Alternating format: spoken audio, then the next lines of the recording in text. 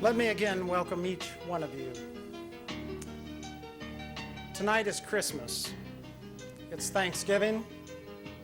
It's a birthday party. It's the 4th of July. That is a way of saying to the Reid family, it is a very special day. Tonight is a part of our family traditions. Tonight is a part of our heritage. And we have now done this for over 15 years. And I am fully convinced that 15 years from now, the Reid family will be again gathering to do very much the same thing as we are here to do tonight. Tonight we remind ourselves that our mission is one of wholeness. It's a night that once again we commit to the convictions that are listed on mission plaques behind the screen. But believe me, it's there. I practiced that this afternoon and the screen was not down. But trust me, if you were able to see and read the plaque, it says that our convictions include a rock-solid commitment to compassion, to service, to excellence, and to value. Tonight is a night that we look backwards to our heritage as well as forward to our future. We look inward to where we are grounded, but outward to the service we render and the people that we are called to serve. It's a night that we're serious because we are reflecting on sacred obligations, but it's also a night to have fun, to have fellowship, and to enjoy each other, to remind ourselves that we do not do this work alone. Now, our format this year has slightly changed because this year we wanted to emphasize even more the values that we are here to celebrate this one night. So tomorrow morning there will be a community gathering to broaden the circle of our speaker's impact. Later on this week we will announce and honor this year's recipient of the Rhodes Humanity and Medicine Award. All of this ties and fits together to give emphasis to something that we strive to live out each day and each minute of each day. Reid Hospital is not a religious hospital. It's not a church hospital. We're not affiliated formally with any religious organization, and officially you will find no religious symbols in any public area. Yet we are not timid about using the word ministry.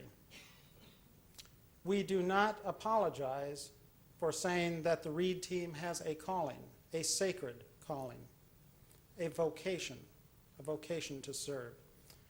We are not reluctant to say that we are a values-driven team. A month ago, our board chair, Mr. Bill Quigg, sent us all a letter indicating his plans to relocate to Arizona after 18 years of tremendous, dedicated, committed service to this hospital. In that letter of resignation, he mentioned his pride in being part of a team that has proved to the world that an organization can have a soul. Dear friends, dear members of the Reid family, we are here tonight precisely to nourish that soul. Now, a team is ultimately nourished by the values of its people. And we are indeed fortunate to have a new executive director for the Reid Foundation, whose very presence and whose values enriches this team immensely. And our special guest for this evening will be introduced by our current, but our new executive director of the Reid Foundation, Randy Kirk.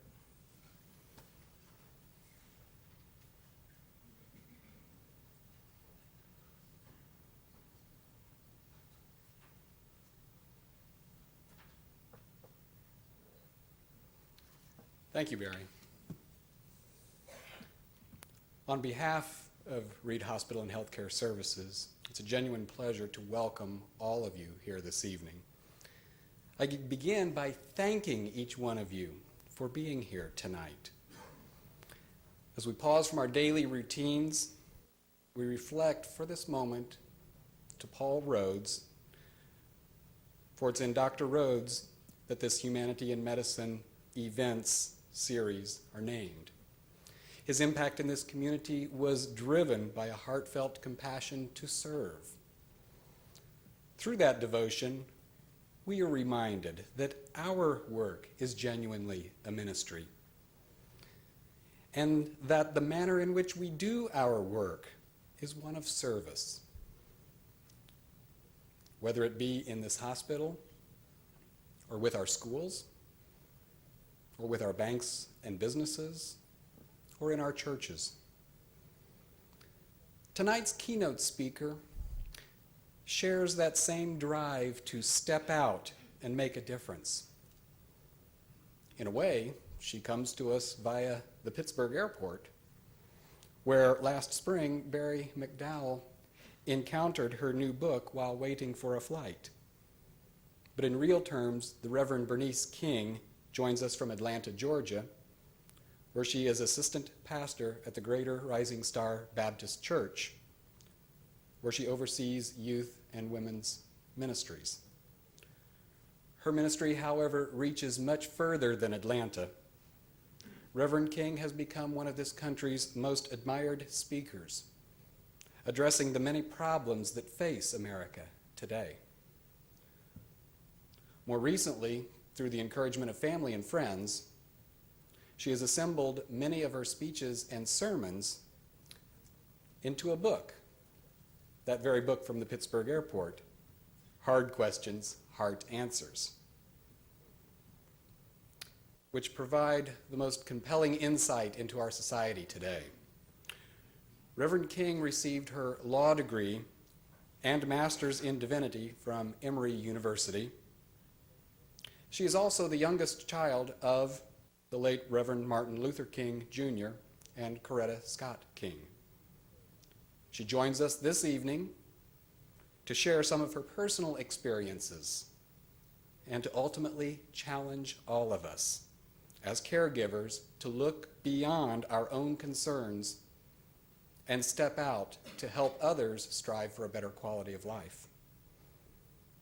Please join me in welcoming to Wallace Auditorium and to Reid Hospital the Reverend Bernice King.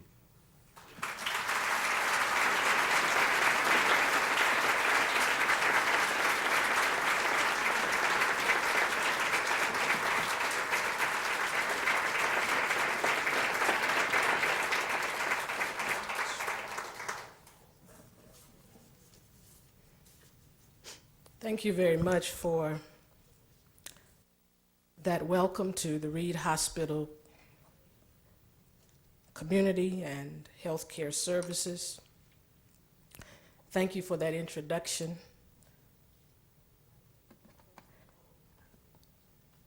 And I want to first acknowledge the president of this hospital, Mr.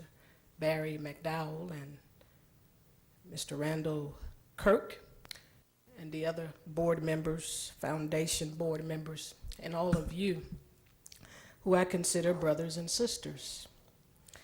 Before I begin with my acknowledgments and beginning comments, I wish to thank my boss, the one who helps me to stay focused and to keep it all together. God, my Father, for watching over me and protecting me. God, through the person of Jesus Christ, for my soul salvation, and God, through the person of the Holy Spirit, for giving me the strength to meet and overcome life's challenges. Secondly, I'd like to thank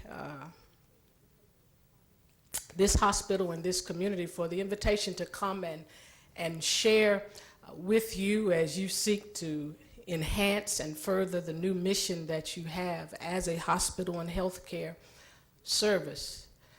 I guess I owe this moment really to God Almighty, because He orchestrated our being together tonight at the airport in Pittsburgh? And it just reassures for me that there really are no coincidences in life. I think we like to believe that there are accidents, there are chances, but in a real sense, there is a force in the universe that has our best interest at hand, and he is always orchestrating things behind the scene to bring us what we need at the right time. And so I thank God for this opportunity to be with you. Let me say at the outset that I probably have one of the easiest tasks tonight, and you probably have one of the most challenging. Many of you, I understand, just finished eating, and it's evening time, and there is a disease called sleepitis that sets in after most of us eat. And so you're going to be challenged with staying awake, I'm sure, after a delicious meal, and I'm going to be challenged with trying to keep you awake. It reminds me, I heard a preacher tell a story once about a time when a preacher was in a service, and he happened to look over into one area and saw a gentleman asleep, and he told the woman next to him, "Wake him up." And the woman looked back at the preacher and said, "You wake him up, you put him to sleep."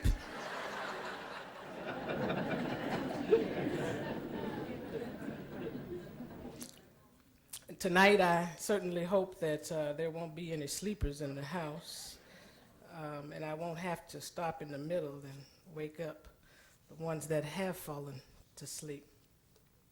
I want to commend you on your mission. I think many of us in this society, particularly those in the health arena, may have lost sight of the fact that we are mind, body, and spirit. And I must say that in recent years, I've come to understand that even more because of the many times that I have visited hospitals because of my sickness or my illnesses. And one of the things that I've discovered is that beyond what happens in the physical arena, the things that you see every day, that at the origin of all that really are spiritual and emotional problems. And the statistics are beginning to reflect the fact that many of the people who suffer from various illnesses and diseases, they're rooted in a lot of emotional and spiritual problems. And so it's incumbent upon the healthcare arena, the healthcare professionals, to begin to take a serious look at the spirit person. I particularly believe that we are spirit beings with a soul, and we're housed in a body. And that's the way in which I approach life. I was forced, in essence, to approach life from that perspective, not merely because of my calling, but because of so many things that have transpired in my life.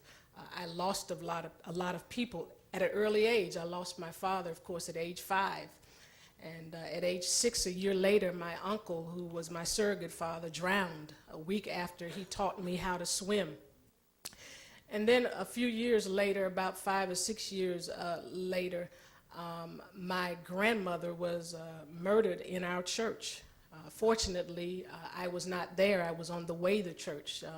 And I praise God that I was not there, because I'm sure that the effect would have been devastating, to say the least, because I was 11 years old at the time and had a special relationship with my grandmother. And a couple of years later, I had a cousin who was like a sister to me. She was 20 years of age, running. She was jogging, and she had a heart attack. And then a few years later, my grandfather, my grandmother's husband, had a heart attack while I was at church preparing to sing with my choir. I received news there that my grandfather, whom I had just stayed with a couple of weeks ago at the hospital and was beginning to reconcile some of our differences in life had had a heart attack and had died. And then a couple of years later, I had another cousin, this first cousin's brother, who was running and died and had a heart attack as well. And so it forced me to look at life beyond the physical and the tangible, and to begin to explore the spiritual part, because my grandfather used to always tell us before he passed that you have to be thankful for what you have left. And as a child, that disturbed me because, you know, children are basically selfish. And it's like, what do I have left? This was taken away from me physically. But I've learned that what is left behind is what that person has deposited in so many different people, their spirit that they have left behind. And that's the thing that I relate to now. And I've been forced even to relate to my father spiritually. I don't know Martin Luther King Jr. as a man. I don't remember him, should I say, as a man.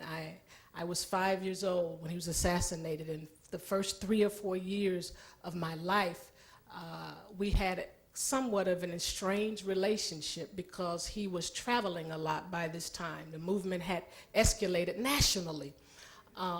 And so I didn't know him very well until that last year, and then he was suddenly taken away from me. So I've had to get to know Martin Luther King from the spiritual vein. And so tonight, although this isn't a religious hospital, you did invite a preacher and a minister. And so you need to buckle your seats because I must be true to the calling on my life and my mission and purpose in life, which is to call us back in essence to God. Because in a real sense, I think our society is suffering and dying because we have lost a connection with the one that created us all. Everything has an origin. Everything in the universe has an origin. And certainly for me, God is that origin for us, for he blew his very breath into us and we became a living soul, a living spirit. And tonight I want to kind of reflect on something that is near and dear to my heart. And it's called having a Samaritan spirit. As you approach what you do as caregivers, there's something that comes out of the Word of God about a Samaritan that I think can help and can assist you in what you do daily and constantly. And before I begin, I must admit, for a long time, I used to feel that hospitals were places where people came to die. I recall so many times, every time as a child I visited a hospital, it just seemed like somebody was dying. And I thank God that I am in this atmosphere tonight, and I've had so many other opportunities to be in atmospheres like this to help change that perspective. And now I understand that in many ways what you do here in the hospital is what I do in the parish where I serve as a minister. People bring their brokenness to us, and we are called upon to minister to that. The church, in a sense, is a healing and helping station, as is the hospital. And so we have to find a way to really deal with that brokenness in a real sense. And I want to begin by talking about or mentioning a nursery rhyme that all of us are familiar with. It's Humpty Dumpty. Humpty Dumpty sat on the wall, and Humpty Dumpty had a great fall. All the king's horsemen and all the king's men couldn't put Humpty back together again. As a child, all of us probably recited that nursery rhyme, and it probably fascinated us at the time. And we probably didn't even realize what we were reciting, but as I've gotten a little older and allowed my imagination to run free, I considered bringing Humpty into 1997, perhaps even in Richmond, Indiana, at Reid Hospital and Healthcare Services. And I asked myself the question, if that were a Humpty in an environment similar to this, how would we approach him? Would we be like the king's horsemen and the king's men and have a difficulty putting him back together again? And I would suggest that in some ways we may have a difficulty, like they had a difficulty, because I believe that many times whenever we look at a broken person or we look at brokenness, our tendency is to rely upon the opinions of experts and specialists who have knowledge and base their conclusions off of that knowledge and off of facts and off of theories and off of what they see with the physical eye. And in many ways, when we do that, while it is necessary, a necessary ingredient, sometimes we have to be able to see beyond what is obvious and see beyond what's on the surface. In essence, we have to be able to look beyond the broken pieces and see what lay behind it, what lies behind it. And I think that they had a difficulty putting Humpty back together again, because they did not address the internal aspect of Humpty. And in many ways, that's where we fall short in the healthcare profession. That's where, in some ways, we fall short in the religious profession and the political professions and so many other professions, is because whenever people are brought to us with their situations and their circumstances and their challenges and their issues and their problems and their hurts and their pains, we tend to look at the symptoms and we very seldom go to the root cause of things. And that makes it difficult to deal with the pain and the problems. And so we have to find a way to address our Humpty Dumptys, those that are broken, those that are brought to us for healing, for wellness. And how do we do that? Well, the first place we have to begin is with this whole notion of moving beyond what my father used to call the paralysis of analysis. It's where you kind of get constipated in your thoughts, in your thinking, and it doesn't allow you to move beyond your head. You seem to look at a condition or a problem or a circumstance, and you analyze it by looking at some of the theories that you're familiar with, and you begin to ask questions, and you come up with certain conclusions according to those theories or those standards that have been placed before you. But then when you come up with a conclusion, you ask yourself another question, and then another question pops up. And what happens over time is you get stuck in analyzing and you never move to action.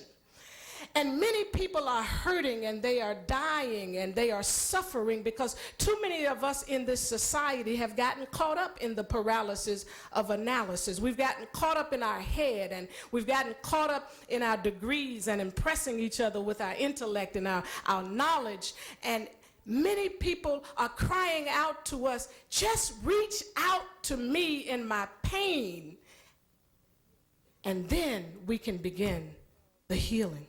And so we have to be careful of what we call the paralysis of analysis. And that means that we have to understand what it means to approach a person in their brokenness out of our heart. Because for me, the heart really is our place of passion. It is our place of drive. It is our place of commitment. It is our place of conviction.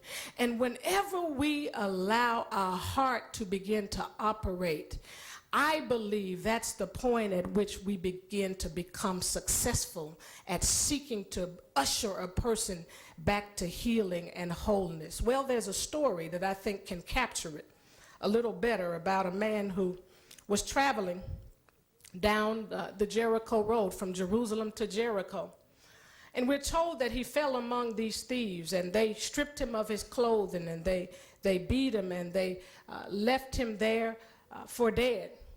And it goes on to say that there came by that place a priest, and he saw the man, but he passed by on the other side of the road. It goes on further to say that a Levite, which was a temple assistant, came by, and he looked upon the man, but he too passed by. But then there was this third person that passed by, a Samaritan, the story says. And when he came to where the man was, he had compassion on him, and he began to bind his wounds, and he poured oil and vinegar in his wounds, and he placed him on his own donkey, and he carried him to an inn, and he took care of him overnight. And the next morning, he left some money to take care of the man's provisions and told the innkeeper that if this is not enough, I will return and pay you the difference. I lift this story because there's so many things that I think can assist us as we seek to do ministry, whether it be in the hospital setting or whether it be in a church setting, to usher people into their healness and wholeness.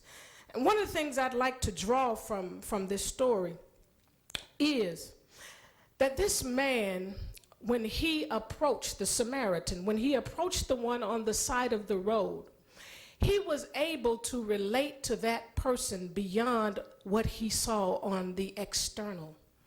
In other words, he understood the whole notion of the interrelatedness of life. The notion where my father said that we are all tied in an inescapable network of mutuality, a single garment of destiny, and what affects one directly affects all indirectly. And because he understood that we are all interrelated and interconnected, he understood this whole notion of humankind, and he related to the one on the side of the road as another human being. He did not look at what the man had on. He did not acknowledge the things that we tend to acknowledge, how a person dresses, even the color of a person's skin, but he approached the man out of the whole notion that this is another human being like me. And as people come into your presence, as they are brought here to Reid Hospital, you as healthcare professionals have to get to a place, because this is what your mission is about, where everyone is seen as an important element regardless of what they look like on the outside. That this is someone who God has brought into my presence, that I have a responsibility of ministering to, that I have a responsibility of meeting their needs. And I have to move beyond whatever prejudgments that I have or whatever prejudices that I might have regarding people externally and see a human being in this person. And so he understood that, and it enabled him to stop at that particular time and help the one on the side of the road. And the reason I believe this is because the story highlights the fact that he was a Samaritan, which suggests to me that the one on the side of the road was different from him. Perhaps from a different cultural background or a different ethnic background, but that really didn't matter to him. What mattered most is that this was a human being with a need. This was a human being who had a hurt and who had a pain, and that's where he began. That's where his ministry began. It reminds me of a story of a boy who was out fishing one day with his father. And out of nowhere, he just started laughing. And his father said, "Johnny, why are you laughing?" And Johnny didn't say anything. Well, a couple of hours passed by, and Johnny started laughing again. And his father said, "Okay, Johnny, I want to know why you're laughing so I can laugh with you."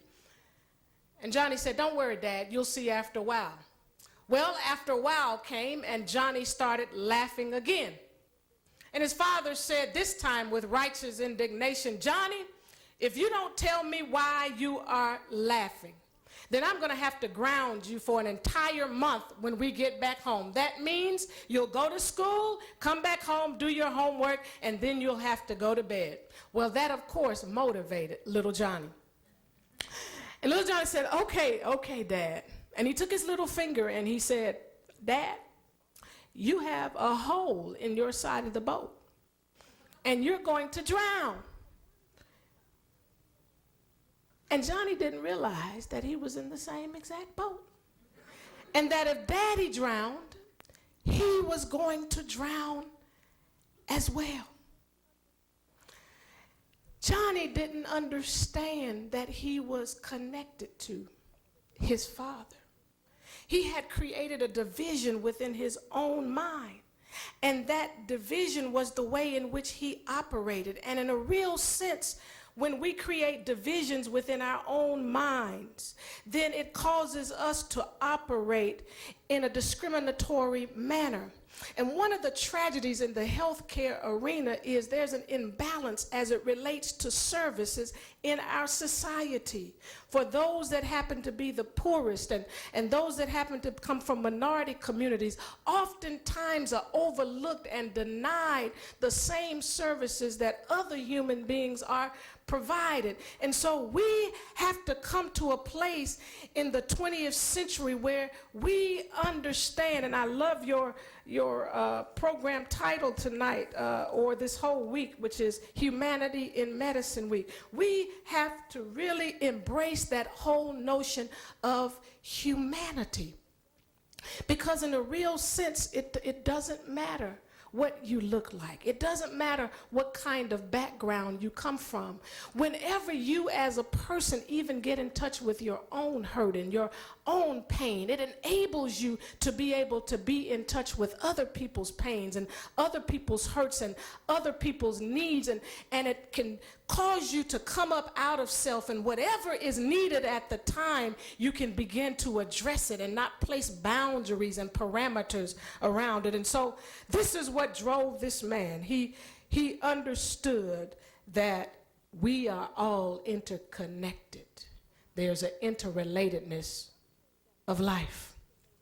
Well, the other thing that fascinated me about this man is that he was super conscious. He was other conscious. He did not just live within self, but he was able to be aware of everything around him. What do I mean? I would believe that the priest and the Levite passed by the one on the side of the road because they had tunnel vision. Even though they saw the one on the side of the road, they did not have within them a whole notion of commitment to others. And so when they came by, because maybe they could not see the benefit in helping this man for themselves, they proceeded on their own agenda. Maybe they had to go to a religious society conference, or maybe they had a staff meeting to get to. But the Samaritan did not allow whatever was on his schedule and what was on his agenda to be prominent at the time. It took second seat to that man's need and that man's issue on the side of the road. And I believe it did that because he had this whole commitment to the other. One of the things we're missing in our society today is a social consciousness, an other-centeredness, and it causes many of us to be consumed by a me, myself, and I mentality. And I know that doesn't exist in hospital environments, because you are called upon and almost forced to have to deal with other people. But in some cases in hospital settings, the other-centeredness is limited, because if perhaps I get off at a certain time and somebody else is not there on time, my whole attitude and my whole approach begins to change. That's not true maybe with you all here today. But with some people in hospital settings, when it's time to get off, it's time to get off.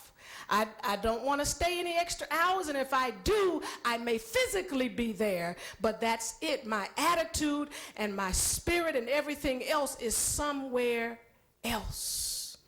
But this man, regardless of what was on his schedule and what was on his agenda, understood that I must stop now and meet the need of this person, because the other person needs me at this moment, regardless of what may be important on my schedule. The other person's need called him out, and it was because he was other-centered. The third thing that I think was so important in this story that has helped me even in my own ministry is that this man moved beyond task and function to ministry. In other words, this man understood that what he was about to do did not have a 1, 2, 3 to it necessarily. He moved beyond just binding the man's wounds to going a step further and being with the man in his pain. I asked myself, did he really have to go as far as he did? Of course not. He could have stopped at binding the wounds. You could stop at giving the medicine or running the test, the blood pressure. You could stop at those points. But what is going to make you an effective healthcare professional is when you go beyond that and move into a place of ministering to that person's underlying pain. Because many times when the people come to you, what got them there may be the physical part, but what is driving that physical ailment is something else underneath the surface. And so it means that I cannot just confine myself to what I agreed to do, my job description. But I must see myself as a minister now. And a minister is a person who meets the needs of others. It means even if it's not in the job description, if there is a need, then I have to address it. And I've come to understand that in ministry, because many times when people are brought to us in the church setting, I'm always tempted to do whatever that person asked me to do. They may come and say, I'm hungry. Can you give me 50 cents? And I look at that person, and I look beyond what they're saying and try to see what their real need is. And it's tempting to go ahead and reach in your pocket and give them the 50 cents. But in many cases, there is something that is much more of a deficit there than even the physical that's causing them to be in this continuous cycle where they are begging. And so while I feed them, I spend time with them so that I can begin to sow seeds into their heart and into their spirit and to their soul so that they can become empowered and come out of that dependent condition that they are in. It is so tempting, I know, in the healthcare profession to create an atmosphere of dependency because our jobs depend on it. But real healing means that I'm willing to usher this person to healing, even if it means that my job is on the line. It's okay if a few people really get healed. It's okay if they don't come back to us. It's really all right. In fact, the joy and the fulfillment comes when that person is standing strong and when that person is able to be interdependent and independent. That's where I've discovered true fulfillment. And so this man, the Samaritan, in a Samaritan spirit, understands that I must move beyond just a task and a function and a job and a vocation to an avocation, a ministry, a mission, a calling, and usher people into their healing. The other thing that this man understood, and which I think is so important, is that he saw beyond the predicament. He saw beyond the pain, and he saw into the healing possibilities. He, in essence, believed in this man's healing and wellness. This is October, a few months ago, June, when the tragic incident happened with Dr. Betty Shabazz, I had the opportunity to go with my mother to the hospital. And one of the things that I've had to learn in the ministry, regardless of what we understand in a human vein, that God is sovereign and all-powerful. And when I went into that environment, and we walked into the room, everything that came out of those in the healthcare arena's mouth was negative. Now, hear me out before you shut down. Medical science had concluded certain things. Don't have a problem with that. But I've come to understand, and this is where the spirit part comes in for me. I've come to understand that regardless of the conclusions that medical science may draw, that because of our wills and because of our spirits, we have an ability to overrule and override that. But if there is around us others whose spirit is negative, that can be transferred to others, to us, and overpower and influence and overtake us. And so as I walked in the room and I listened to all of this, I said, my God, where is God? If it's all gloom and doom and negative, have we now denied the power of God to work? And I said, how can you really go into an operating room and believe that you are a healthcare practitioner, that you are a surgeon, that you are an instrument for healing, and you've already concluded certain things in your mind? And that means you have to become yielded and surrendered. That means that even though within my own power and in my own knowledge, I don't see a way out, in my spirit, I believe that there is another power that can operate. And many of us miss that when people come to us. We look at people as hopeless. We look at people as helpless. Even people who are victims of the same thing, we say, well, there's no hope for that person because they grew up under these circumstances and they're just in a cycle and they're going to stay that way. But this Samaritan, in order to do what he did, had to see beyond the condition and see into the power of God to operate through him to bring healing and wellness.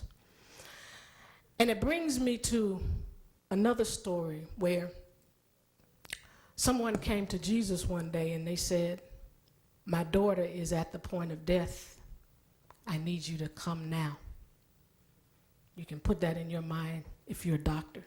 Think of someone summoning you to the room. And on his way, he was interrupted and he was stopped along the way by someone else. But in the midst of all of that interruption, news came back to Jesus that the person, don't worry about it, the person has already died. Jesus looked at the father of this little girl and said, don't worry about it. Don't even fear. Only believe, and she will be made whole. And when he got to the house, you know what he did? He put everybody out. Because when he told them that she will arise, they chuckled and they laughed because they doubted and disbelieved. And I asked myself, why did he put everybody out? And I said, he put everybody out because of what I said earlier. Because the only time when Jesus could not heal was when there was a lack of faith around him. And we have to find a way as we move forward into the 21st century and everything is becoming automated and technology is taking over. We have to find a way to keep the human touch and the power of God in the healthcare arena. Because if we don't, then we are going to interrupt what God is trying to do. And so it's important as you work in these environments that you bring faith to bear on what you do, regardless of what the profession even taught you, regardless of what you read in the book, regardless of the diagnosis, there's always a divine prognosis available. And whenever you yield to that, it doesn't mean in God's sovereignty patients won't be lost or patients won't get worse or whatever the case might be. But at least you've opened yourself to the power of God to do what he could do otherwise. An instrument is what we all are in God's hands. We are being played by him. We are being used by him to heal his creation. And faith is very important. And sometimes that means that you've got to tune out what's negative, because I had a hard time when I went to that hospital tuning it out, because I was called upon to be the preacher. And if I had gone into the room with the negative, even though Betty Shabazz passed on, I could have destroyed the spirit of her daughters. So I had to take on another role, because I understood that if everything else around there didn't have faith, I've got to have some kind of faith. And faith is not always that this thing is going to turn around and reverse itself. Yes, that will happen. But faith is that hope will stay present. And what I mean by that is, even though she was lost, the rest would not be lost in the process. And so this man was able to see beyond the condition and the brokenness and into the healing possibilities. And in the final thing, this man broke some rules. He went against the grain and the norm. He went against the status quo. He did the uncustomary thing. He moved beyond convention, in essence. And he did that because in those days, the Bible says the Jews and Samaritans had no dealings. He wasn't even supposed to approach the one on the side of the road. That was a no-no. That was against the law.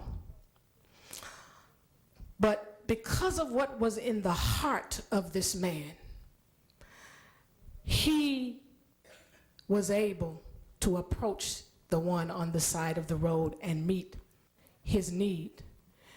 And having a Samaritan spirit, even in this environment, means sometimes that you have to go against the grain. Sometimes it means you have to risk the loss of something, risk the loss of a reputation, risk the loss even of your job if there is a higher calling involved. And this man, of course, risked the loss of his own life when he went to approach the one on the side of the road, because there could have been somebody else waiting to attack another. But he stepped out of his place of comfort and he stepped into that man's brokenness and he took him into his healing, and he risked losing part of himself in the process, but it was necessary in order for this man's healing to come to pass. And a Samaritan spirit means we too must take similar risk. And I challenge you to raise up to the level of having a Samaritan spirit. And I leave you with a story that is told about a man that died, and he was visited by an angel. And the angel took him to a kingdom on one side of the universe. And there he saw this huge banquet table. And they had all kinds of food laid out on the table. There was prime rib and green beans and baked potatoes. And another section, there was fried chicken and collard greens and black-eyed peas. And then there was another section, and there was enchiladas and shrimp fried rice. And then in another section there was sweet potato pie and apple pie and banana pudding. And then they had another special section that had tofu and sprouts and portobello mushrooms. The section for the vegetarians, obviously. But the people that were in this kingdom were frail. There was no laughter, no mobility. The man asked the angel why. With all of this delicious food, the people seem to be so frail. There's no mobility, no laughter, no joy, no excitement. What's going on? And the angel said, look here, there's one law in the entire universe. The man scratched his head, and the angel quickly took him off to another kingdom on the other side of the universe. And there he saw the same banquet table and the same foods laid out the same exact way. But the people were very different. There was joy and excitement. There was mobility of limbs, and there was forward-moving progress. And the man said, whoa, wait a minute. What is the difference in the two kingdoms? And the angel looked at him and said, there's still but one law in the entire universe. And the man said, okay. And the angel said, this is the law. You must use the utensils provided by the management. And the man said, okay. But these utensils were 10 feet long. 10 feet forks, knives, and spoons. And the angel said, see, in that first kingdom, where the bodies were frail and there was no laughter and joy and excitement and no mobility of limbs, they were taking those 10 feet utensils and they were feeding themselves and literally starving to death. But he said, you see, in that second kingdom where there was mobility of limbs and there was laughter and joy and excitement, they took the same 10 feet utensils, but they reached across the table and they fed each other. We are called upon to reach across a lot of things to feed hurting, paining, and broken people. But it's required of us, if we all are going to be healthy, we have to reach across the table and feed each other. We have to reach across cultural and ethnic barriers and racial barriers. We have to reach across religious barriers. We have to reach across professional barriers. We have to reach across inhibitions and doubts and fears, and reach across depression and all sorts of problems and feed each other. And as we begin to feed each other, we all become healthy. And the reason I say this is because even sometimes as a preacher of the gospel, when I visited a hospital room of someone who was on their sick bed, I went with the notion of thinking that I was going to come out feeding them and they would feel better. But when I came out, they in essence ministered to me out of their brokenness. And that's really what it's about. It's about going the extra mile to feed another human being, to meet their need, realizing that even as we approach them, they too have something to offer us. It's no accident that God has orchestrated the people who come into this hospital at the time they come into this hospital, into your lives. Don't miss the opportunity to feed them by getting caught up in the paperwork. People need a human touch. They need the personal. There's so much in a touch, a smile, a hug, a conversation, a gift of kindness that no medicine, no procedure, no x-ray can replace. I'd rather be healed in my spirit and broken in my body, because regardless of what happens to my body, if my spirit is whole, my life is eternal. God bless you.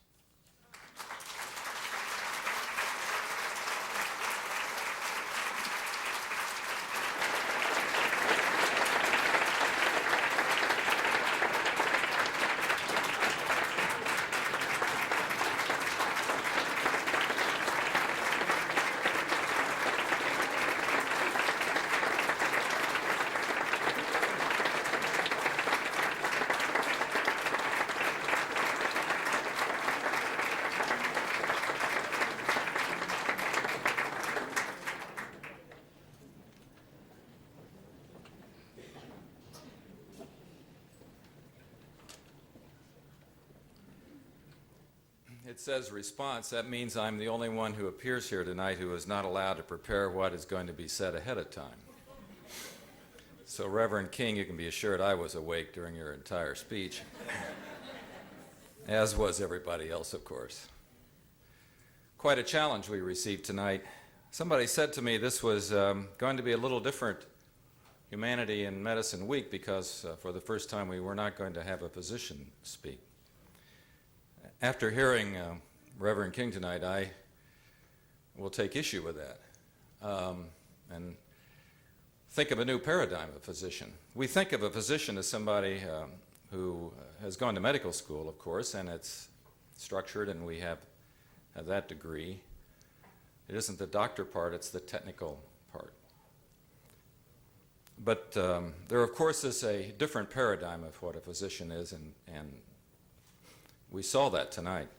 The physician of the heart, the physician of the mind, and the physician of the soul. And if I may speak on behalf of the medical staff at Reid Hospital, Dr. King, I would like to welcome you on our medical staff. And it's more than just an honorary degree you would receive from them. Tomorrow she is going to have an opportunity to speak to more of the health care community at the hospital, and for that we are eternally grateful. We have a real challenge, I believe, at Reid in impacting the community to the maximum extent that we can because of the resources that we have. Reid represents, from a people and financial aspect, certainly maybe one of the most, if not the most significant institution in our community. I don't believe we have begun to tap the potential that exists for us to reach out in the community. It was a vision I had that I feel strongly sad about having to leave and not gotten an initiative started in that way, in a formal way. We have a structure at Reid called the Social Responsibility Committee, and Dennis Bronson is chairman of that. That is the beginning of a piece of action that I hope will represent a major movement in the community in times ahead.